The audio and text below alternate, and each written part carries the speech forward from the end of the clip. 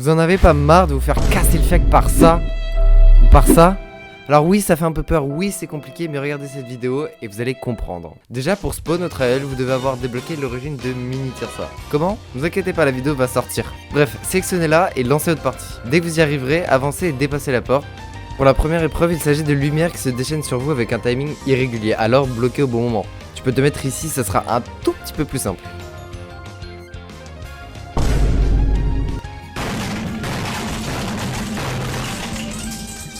Après ça, il y a le charcot. Avec le charcot, c'est assez simple. Tu vas devoir du coup bloquer ses deux coups de bras et esquiver son coup de pied. L'astuce, c'est de toujours bloquer deux fois après son premier coup de main. Regarde, tu vas comprendre. Par contre, l'attaque la plus chiante, c'est bien son coup de pied. Ici, il n'y a pas trop d'astuces. Tu vas juste devoir esquiver au bon moment. Donc la seule chose que je peux te dire en soi, c'est d'écouter l'effet sonore.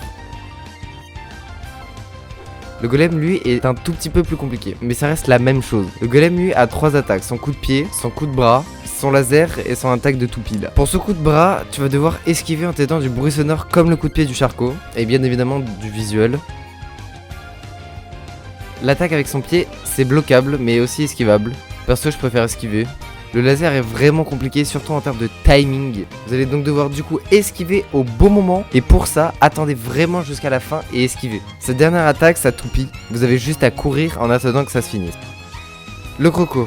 Alors le croco, lui, on peut le cheese à moitié, vous allez comprendre. Il a donc sa première attaque où il va dans le sol puis vous saute dessus. Pour ça, vous devez attendre le deuxième éclairage et esquiver. La deuxième attaque, il va vous croquer 3 fois d'affilée. Tu vas donc devoir bloquer parfaitement. Avec le très bon timing des 1, 2, 3 du coup. La quatrième attaque est sa queue. Elle est très vicieuse car tu vas souvent esquiver trop tôt. Donc vraiment, je te conseille d'attendre et d'être patient. La cinquième attaque, elle, c'est à peu près la même attaque que la troisième. C'est juste pas les mêmes timings, il y a juste que 2 crocs en fait. Mais c'est un peu la même attaque. Maintenant, passons à l'astuce. Dès qu'il t'attaque, recule de quelques centimètres. Et en fait, tu vas voir que pendant quelques secondes, il va pas pouvoir t'attaquer en fait. Les anges par contre c'est vraiment casse-couille. Personnellement c'est le truc que je déteste le plus, donc faites gaffe vraiment. La première attaque est assez frustrante. Les yeux de l'ange vont commencer à briller et quelques secondes après vous allez être stun, donc vraiment faites gaffe à ça. Donc, la meilleure façon c'est juste d'attendre que les yeux brillent et de bloquer au bon moment. Bon vous allez un peu galérer au début mais après ça va, vous allez prendre le coup en fait simplement. La deuxième attaque du coup l'ange il va s'envoler dans les airs et tirer 4 lumières qui te ralentissent. Et qui te font pas mal de dégâts en soi je crois. Donc la meilleure façon c'est pareil de rester calme et de bloquer au bon moment. Et le meilleur conseil que j'ai à vous dire, littéralement arrêtez de vous précipiter sur ça. C'est à dire que ça sert strictement à rien de juste leur courir après comme un gros con, tu vois. Vous allez juste crever parce qu'ils vont pouvoir vous attaquer, ils vont avoir des frames, ils vont pouvoir vous attaquer en même temps les deux en fait. Donc vraiment faites gaffe à ça. Juste attendez qu'ils attaquent et soyez très réactifs, voilà. Bon alors maintenant il y a l'enforceur. On commence à rentrer dans la cour des grands parce que juste il peut feinter lol. Donc la technique avec lui c'est d'attaquer puis bloquer. Et s'il feinte vous avez juste à esquiver et avoir le réflexe simplement. Si vous vous éloignez un peu trop il va vous grab tout simplement. Donc vraiment faites gaffe. Il peut aussi faire la même toupie que le golem. Donc juste courez. Désolé mais j'ai rien à dire de plus bruh.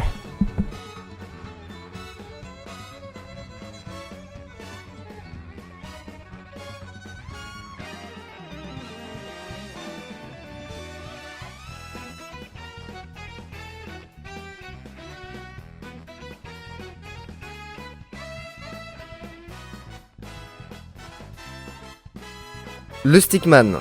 Alors oui moi je l'appelle comme ça, bon c'est un peu bizarre mais moi j'aime bien l'appeler comme ça.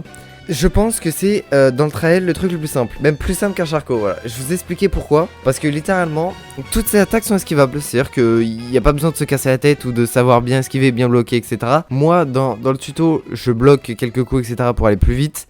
Mais normalement c'est vous mettez un coup vous esquivez, vous mettez un coup vous esquivez, vous mettez un coup vous esquivez, c'est assez simple à comprendre. Donc vraiment vous n'avez pas à vous casser la tête, juste faites gaffe parce que quand vous êtes un peu trop loin il peut vous lancer un laser comme ici par exemple. Donc vraiment faites attention.